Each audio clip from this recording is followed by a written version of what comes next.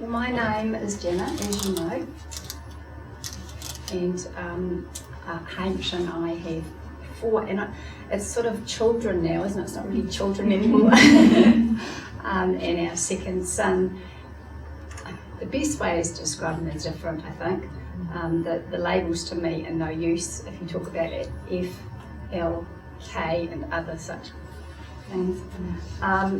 So I am an early childhood teacher. Do you want to sit down, you guys? So I facilitate networks in Wellington with early childhood teachers and work with provisionally registered teachers, and I'm always watching out for what's happening for kids who are perceived as being different. So I've been studying through Otago University through distance for 11 years, and last year I finished my thesis. So today I wanted to tell you about the results of my thesis, but it's not going to be very academic because I'm an early childhood person. And the first thing that I'd like you to do is to talk to your neighbour about what you've noticed about siblings. You might not have any of your own, but what is it you've noticed about other people's siblings? So I'm talking about your age group. I'm talking about who are the siblings in your lives, and what have you noticed about being a sibling? What do siblings do? So 2, 2, 2, 2, 2, 2, 2, look at that. And you guys down the back, huh?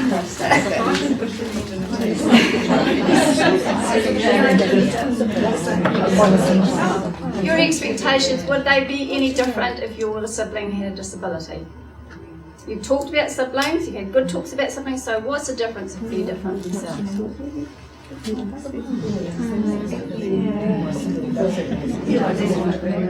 I'm going to just keep moving because I'm aware of the time, but I just hope you'll think some more about that. Are there any general comments that you just want to feed back? What did you notice?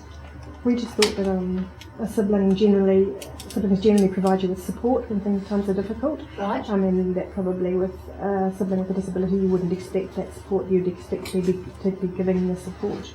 You know. Okay. Yeah?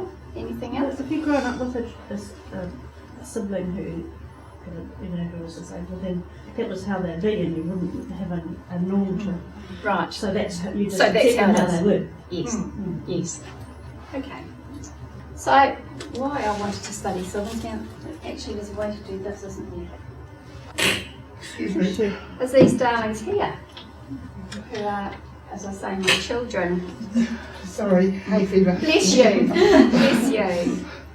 So our oldest son is 34, and our next one is 32, and then 29 and 24. So I was curious about their attitudes and what other people thought, really. They were never asked by anybody what their opinions were. They gave me a lot of their opinions, and they told me how everybody felt very sorry for them. And certainly I got that message through from my friends. Oh, but what about his siblings? And I wanted to know what other people in New Zealand thought, really. So what I'm going to talk about today is models of disability. Now, do I need to do this? This is talking about the old model, the medical model, and now the social model. Okay, so we're just going to work through these models of disability. So the medical model, which those of us who have this general colour of hair probably started off with that this was damage and disease and everything was kind of compared with the normal, whatever that is. And it seemed to be the person's fault. Or the mother's fault. That's the one. Generally the upbringing, that's right. Yes, and it needed fixing. Okay, that's a model that lots of us are familiar with. Well, in my family, my father truly believed there must have been incest or something in the family tree. There has to be a cause to these things, isn't it? That's right. My mother's favourite one was somebody fell over the wheelbarrow when they were pregnant. So, disabilities constructed by society, MacArthur tells us, that we've got an idea about what it is, and we proceed to make them disabled. Okay, so one's a lot more positive than the other in many ways, isn't it? And this is where we start to get in the social model that we start talking about, instead of talking about people with disabilities, we talk about disabled people, because that's the pride of being disabled. I find that really difficult. I know that deaf people like to be called deaf people, but for me to say the disability first feels really uncomfortable, because I think a person is a person first. So that's debated, isn't it? It's quite a thing in academia particularly. So in New Zealand recently we've seen a lot of changes, haven't we? And Cherry alluded to these about how much longer people are living, how the policies and laws have changed, and how actually now people are looking for different things when they do research. So let's think about this. We're keeping prem babies alive a lot longer, aren't we?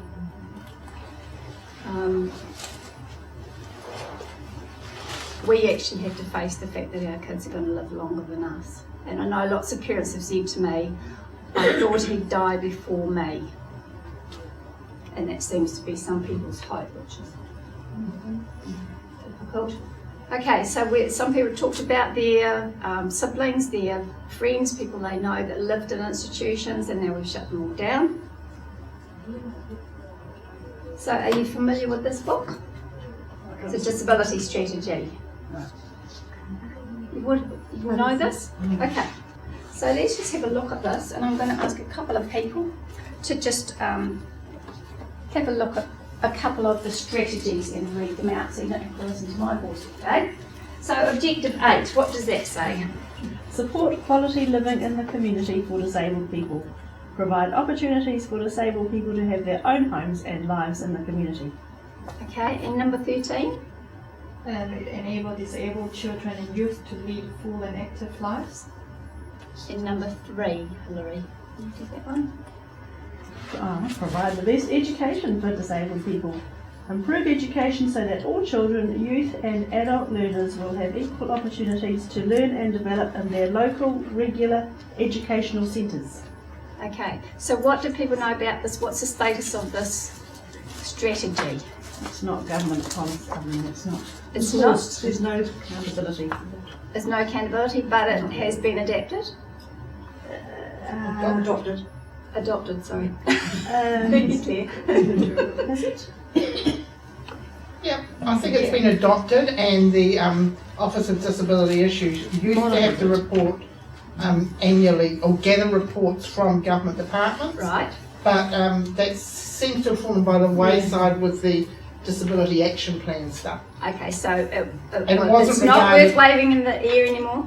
Well, the monitoring was ineffective in making government department. And the Office of Disability Issues, Jan Scanlon has acknowledged that the monitoring that was set in place was ineffective. Okay. But it's still there. Okay, so you can still get it out and show it.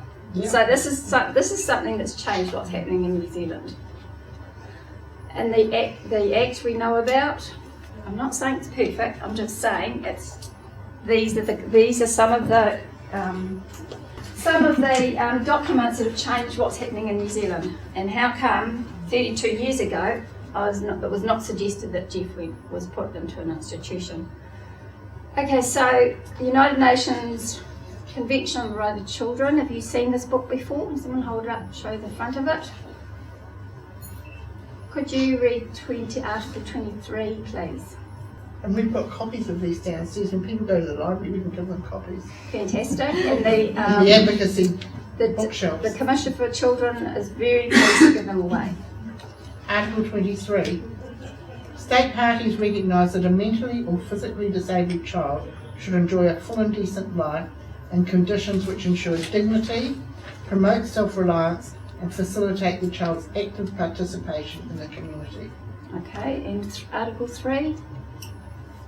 In all actions concerning children, whether undertaken by public or private social welfare institutions, courts of law, administrative authorities or legislative bodies, the best interests of the child shall be the primary consideration. And the last one, Article 12. I want you to remember this for next. But later on. Yeah? States parties shall assure to the child who is capable of forming his or her own views the right to express those views freely in all matters affecting the child, the views of the child being given due weight in accordance with the age and maturity of the child. Right. So that's the context that I looked at for my thesis. What's going on here? What's changed this? Thank you people for reading that. So I started looking at what sort of research was around, and previously everyone decided that siblings had psychological problems. So that's what they looked for and that's what they found. But they forgot to ask the siblings. So the recent research is changing now to look at more positive things. So what did I do? I found 6 siblings of people with disabilities now. So this is one of the hardest parts of the thesis. And I contacted 8 organisations in Wellington who I thought worked with people with disabilities, and I got 1 sibling. Now, I don't really think it was about privacy, and it's one of my biggest worries in the whole of this thesis, that we're not actually attending to siblings.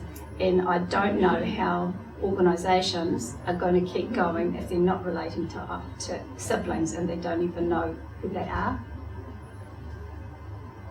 That's the end of politics. Okay, so I interviewed each participant. I was just going to say, Jenna, if you're happy for people to contribute, I belong to ResCare, which is the organisation founded around the former psychopedic hospitals, which were parent organisations. Almost all the members of ResCare now are siblings. I'm one of them, you know. I took 20 to 40 years of age because it seemed that ethics for working with children is just really difficult. But it'd be really interesting to see what younger children think. What I'm going to do is give out the findings, and I'm hoping that you'll help each other. If you don't feel like reading, if you can help each other find the place. Because one of the interesting things to me is that I had 6 participants, and naturally they were all very different. But it will be really boring if I just keep reading. So we'll get you to be reading, Olivia. Now you understand that these people's names are not the people's names, don't you? So help each other find the place or whatever, and I'll give you lots of guidance. It won't be difficult. Okay, so what I'm going to ask you to do is when I ask you a particular page and a particular paragraph to read it out for your person. Now would you please introduce your characters who have got their little things on the front. So tell us how old they are and... Olivia, Yes? a female, age 34, with a male sibling with disabilities, ethnicity NZ Māori, Okay. number of siblings 3, place in family 3rd. Thank you. Next one. Elizabeth, age 21.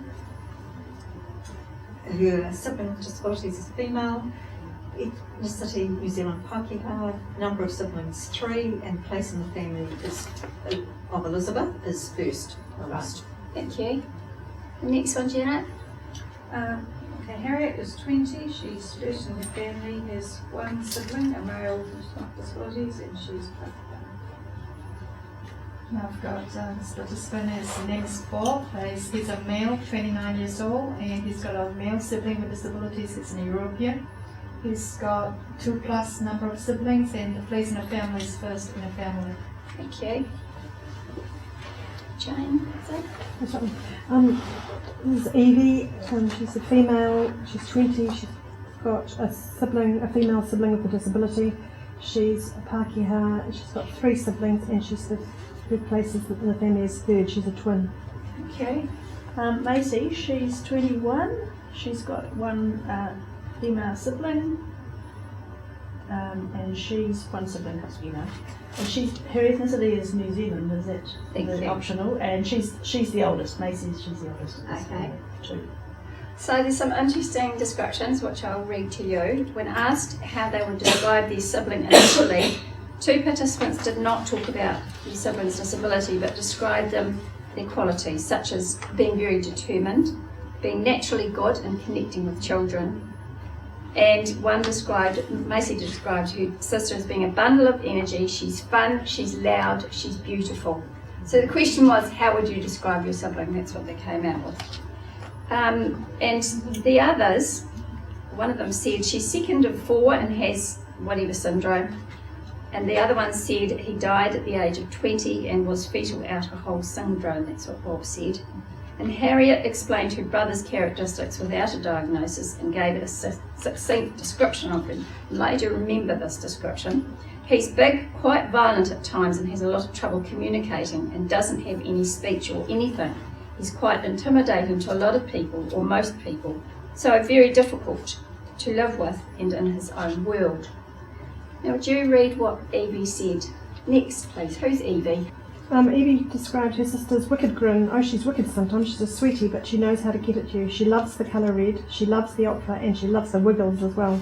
She loves music. She's a joy. Remembering what Harriet said before, she's going to have another go at it. Who's Harriet? He has a high appreciation of food. He's very vocal in his enjoyment of eating. He's genuinely affectionate. She went on to explain that sometimes people don't realise that it is affection because he may change to an attack and people become unsure of him. Olivia? For a man who was disabled and handicapped as he was, he had magnetism about him. He did have a bit of charm about him, and he definitely liked the ladies. He could be physical. He could either hug someone, give them a really strong squeeze. He liked to do that with men. If someone was to give him a handshake, he would give it a good squeeze. Now, Bob, remember what Bob said before? He said he had fetal alcohol syndrome, and this is what he said about him. I think of a wonderful kid that blew raspberries in a corner and just generally liked to look out the window. He was a guy you could go and tell all your secrets to because he couldn't tell anyone. You just sit there and have a conversation with him, and he had like this little smirk. You would walk up to him and start chatting to him, and he's just sitting there, and he had this little smirk on his face, and he would blow raspberries in your face.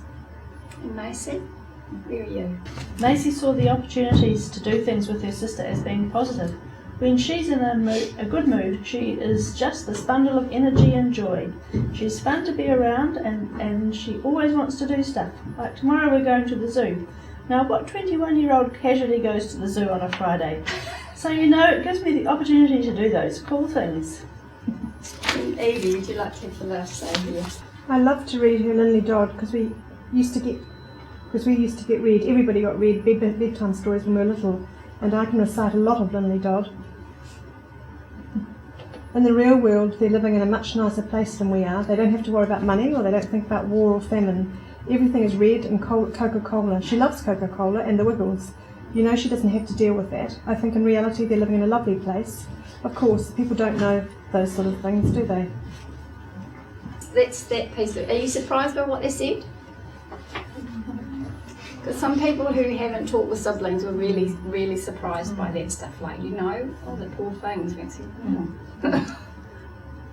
Do you think, it depends what they knew of you as a researcher too, I think, but do you think sometimes siblings feel they have to defend their sibling though and give you that positive because they know that much of society looks negatively at their sibling, so they are trying to accentuate the positives? Yes.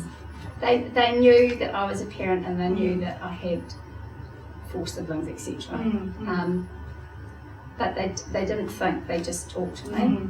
So it just fell out. And yes, maybe they do. And some of the research says, maybe that seeing the positive way helps them cope, which is what lots of us do, really, isn't it? Okay, so let's have a look. They're talking about it's just the way it is. Now on page 32, we can get Bob talking, please. Bob explained that he felt he has a gifted life. He also felt that if it wasn't for my life the way it has been, I would be a very, very, very, very in my shell person. I'm completely different because of it. He stated this earlier in the interview with a statement, he's different, but he is my brother, and again with a comment, but you develop a very thick skin over the years. I'm sure you, the interviewer, understand the thick skin. You just kind of get used to it. Elizabeth? Elizabeth told the story of how they went to the zoo one day as a family. We were going to the zoo on holidays, and I was really excited because I like the zoo. We got out in the parking lot, and by the time we walked to the entrance, it was a cold day, and she was so sore that she was in tears and we had to go home. And so that was kind of disappointing, but it was like, well, you know, when that happens, we don't force her to do stuff she can't handle.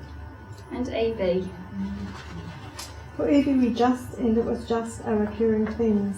We just understood, you know, and we just treated her like everybody else. The disability wasn't just her, it was just a part of her, and there was so much more to her than just a disability. So we just got on about it. I think we just knew from a young age and growing up with her, it's just normal. so they're really working on it, aren't they, how it fits into their world? But it's already in their world, so they're not questioning whether it is or it isn't. It's very strong. Okay, I'm just going to go back a couple of pages, talking about thinking that they're better people, and I was quite stunned by this. Macy? When I meet other people with disabilities, I'm able to interact with them better, and I'm able to understand why they are like that and be a more supportive person for their family maybe. I've become a more open and accepting person. Evie? Standard. That last paragraph? I think it's made me a better person, and I also think I'm quite responsible for my age and much more aware of the future and how, you know, how lucky we are. Because, you know, having a sister with a disability puts things into perspective.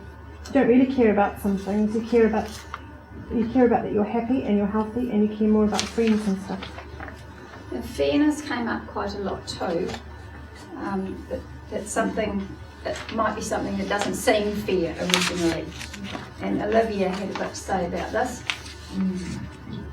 There has been an underlying emotional impact and effect of that. I do feel my needs were overlooked at times when I was young, but then the circumstances are not normal either, so it is hard to kind of blame them. But at the same time, perhaps if they had been more educated on, I guess, what you're trying to do in your research, you know, understand what it's like for siblings. Olivia was at 25, realised that she could ask for something herself that she wanted, because the whole household was really dominated by this older brother. And Macy? It can't be fair. Everyone has different needs.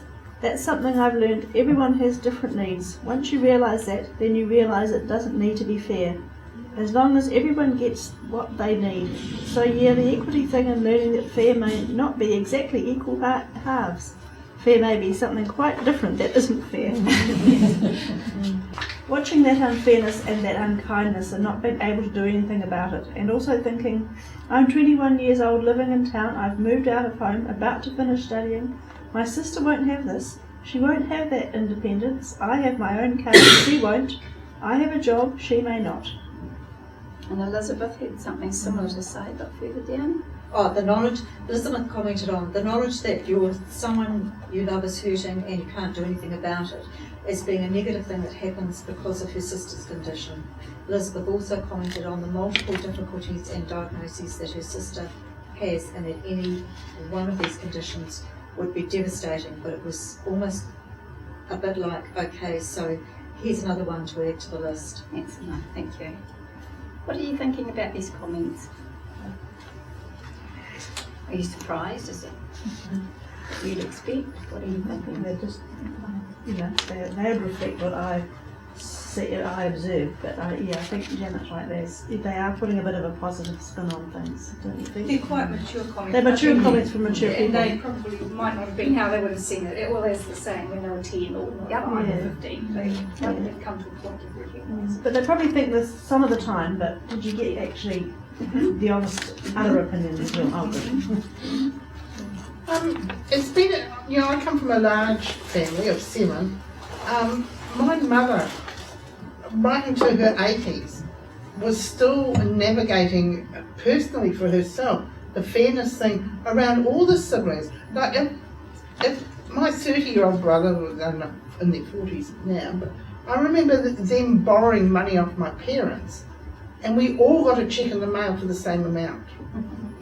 Because my mother really and sincerely believed that she had to treat all her children equally, and her greatest fear was that, you know, we'd be picking over the spoils, minuscule though they were, after she died. So I think some of that negotiation around what's fair is irrespective of the disability. We kid ourselves about fairness, don't we? And I think the differences in different, and you wonder and you don't know in terms of differences in terms of the family and the parents and how they may have.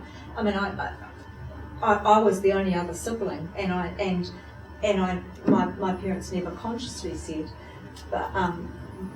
but certainly never wanted me to feel like I'd missed out on anything because of.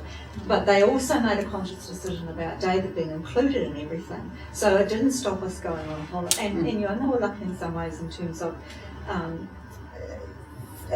they didn't have some of the difficulties that other people had, but also, or they may have had them if David hadn't had those experiences as well. So how, I mean, and my and of course I don't remember this, but my father, when, you know, my mother related this at my father's funeral in actual sense, and how he actually said, you know, David, you know, was living with us and he will just be included in everything we do. So there may be, anyway, this is going back away because I'm a bit older than the generation of siblings then, but families are different too in terms of, so the experiences that siblings have and how they grow up are different as well. It was interesting, there's some quite clear messages about emotions. Maisie and Bob suggested that siblings at some stage may have to work through their emotions. Maisie said that siblings will go through a phase in their life at some point where they scream and kick and shout and say, "This isn't fair, why don't I get to do this? Why can't you drive me here?" Similarly, Bob talked about siblings' reluctance to tell people about their brother or sister with a disability, saying that siblings feel ashamed or anxious about this. He advises parents, don't be angry at them for it. They have to work through their emotions as well. Can I just ask about the participants and their educational levels? Oh, that's a good question. Because I'm wondering if that affects the way, because I reflect, Claire and I am older than Claire obviously, but we come from an older generation of siblings, and the attitude, whether it was a reflection of class, education, you know, background of our parents and how that impacted on. I guess Bob Bob and Olivia were the oldest, and there was a very big difference for Olivia, who's 34, and what had happened to her and her whole attitude to how it was, and the parents absolutely engrossed and you know, centering on this brother of hers. And he'd actually been involved in an accident, so I think they felt pretty guilty about it. And Bob, who makes a comment later about, oh, why haven't I met any other siblings? Because, you know, I ride motorbikes, and I met lots of people who ride motorbikes, but I haven't met many siblings. And I think those two probably hadn't been to university, and the others had, but it was much more difference between a 34-year-old and a 20-year-old. And what's going on with their families, I think, and the stuff that's happened that I talked about in the beginning with the disability strategy and our general attitude to what's going on. Both of those two, their siblings had died too, so they were much more reflective about it. Bob may have met some siblings though and not known it. No. Yeah. We have known people who've known us for 10 years until they've told us that they had a sibling with Down syndrome. So, wow. Yeah. I worked with a woman for more than that, you know, when I was a school teacher, and didn't know she had a daughter just down the road in an IHC house. It's interesting. Wow. Okay, so one of the things that surprised me was these people's attitudes and empathy for parents and their siblings, and actually noticing what was going on. And that parents had a very different way to handle situations. So Maisie talked about her mum and said she's always constantly researching and talking, whereas Dad, on the other hand, just took it, I don't want to talk about it, just let's make it work. And Evie, who talked about her mother putting a lot of effort, and she actually had started a service herself. And Bob's mum, who employed him to look after her brother in the morning and get him ready for school and paid him, so he earned a lot about raising, earning money and saving money, and he said, but I didn't have to do the toileting, that was really good. So he had this deep understanding of his brother. With the siblings' involvement in care, it's interesting that research thinks that girls will do it more. And is that about society and women in caring? Whereas they talk quite a bit about dyads, and if it was a boy, they might be looking after a boy, and a girl might look after a girl, and a girl might look after a boy. But Evie's comment was that her twin brother, of course, he wouldn't shower his sister, would he? So it's still in there somehow. They talked a lot about the time without their brother or sister. And Harriet, can you read on page 37? I didn't really get that one-to-one parental thing, but when he did start going in one night a fortnight or something, and it was always like, that's my only child night, and we'd do something like go to the movies and that kind of thing. And I really appreciated being able to do that. It wasn't something I took for granted. This respite care started when she was 12. It was like, I can go out and do stuff as a family that he wouldn't enjoy. Later she added, because early on I kind of realised I was missing out on that. And Olivia, there's a paragraph inset further down. As a teenager, I remember if I went away, I would be going with a friend's family, and I didn't mind that. If I wanted to have some time away and go somewhere, that was just the way it had to be. Going away at all was better than not. And I think talking about siblings, discussion with siblings, you make some assumptions about a couple of these people that they'd talk to their siblings about how it was. But Evie and Elizabeth and Olivia have 2 other siblings, but they don't have lots of conversations with them about the sibling. And Evie didn't even know if her twin brother thinks about the future of his sister and thinks he can't care for her anyway, because he can't shower her. And thought that the older sister wouldn't look after her with his sister with disabilities, but hadn't actually talked about it. And Elizabeth said she didn't really talk to her brothers about what's happening for her sister, and Olivia had a few conversations with her older sister about changes, and it was mostly to do with her parents. So they're actually not having these chats. Can I ask a question? Did they both have 2 parents? All have the 2 parents? Who didn't? I didn't document it. Good point. One of them, the parents had split, at least one, or 2 maybe. One of them, Bob, was a foster child. He told me this lovely story. His brother died, and they had lots and lots of foster children through the house. So they'd come in and they were all like, had such a terrible life, and they'd look at my brother and they'd think, wow, he can't do anything for himself, maybe life's not so bad. And he said when this young man died, that they walked down to the cemetery because they were close by where they lived, and he looked round the coffin and he thought, well, he hasn't made any great buildings, this brother of mine, but gee, he's influenced a lot of people's lives. This is really lovely. And they were biological brothers in foster care? No, I don't think so. I'm really unclear. I didn't go into he talked about my brothers, he talked about him being adopted and foster care, and just amazing stuff. He knew a lot about wheelchair parks. Okay, let's have a look. Some of these things were really embarrassing for them. Now Bob on page 39 has got a lot to say about that. Sometimes you feel like you like to just no one to know, so you could just sit there and be nondescript. You could just not mention it for a while and just be treated like everyone else. Go under the radar a little bit.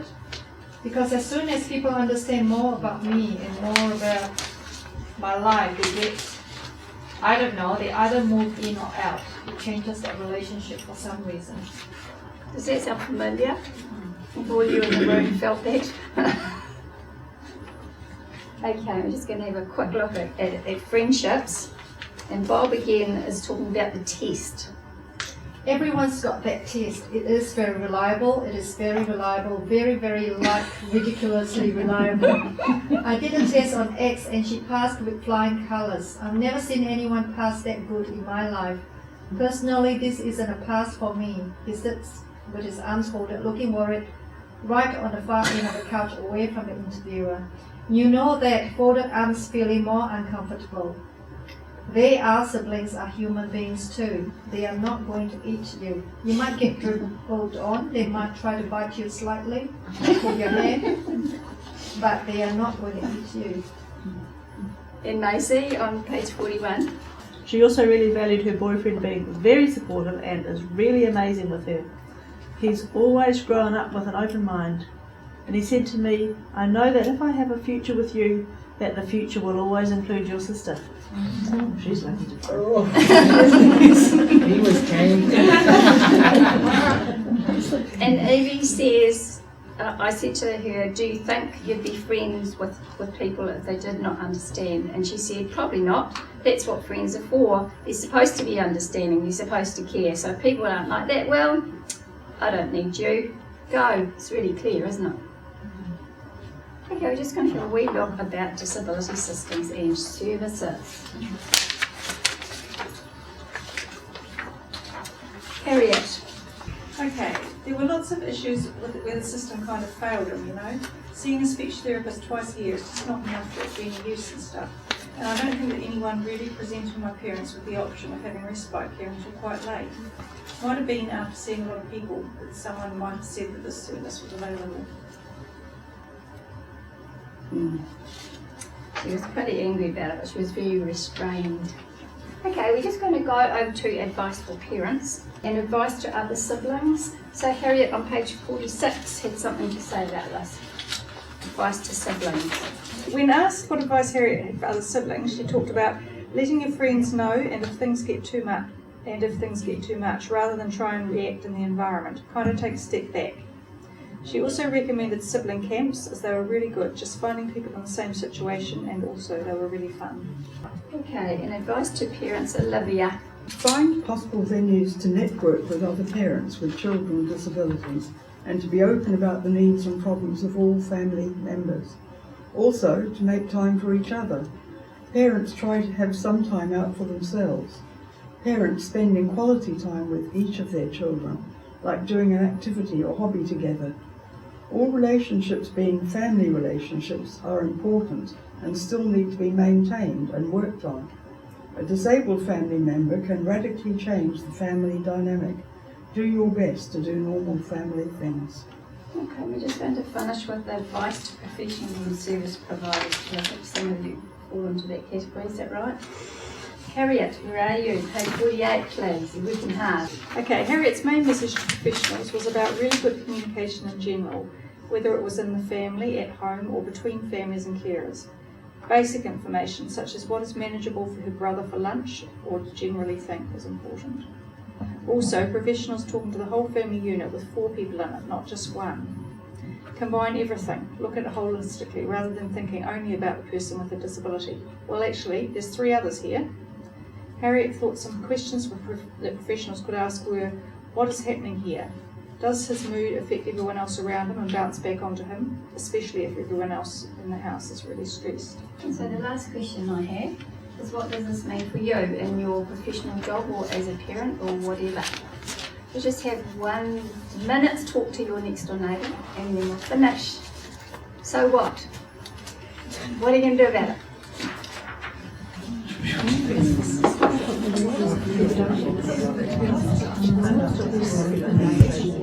One of the things I haven't talked about is what happens in the future, and we as parents are going to die before our children, and we really owe it to them to get our act together and not to, have completely no continuity, because they don't know, the other siblings do not know who are the people to talk to, what's the story about guardianship, what happens if we've got a trust or we haven't got a trust, who's on the trust, what's going on. We need to be really honest, and it's one of the things that's really driving me. Talked to a group in Nelson of mostly 80-year-olds, and they said, we have made assumptions and we think that our other children do want to help. And yes, they do want to help, but actually, how about some help before you go?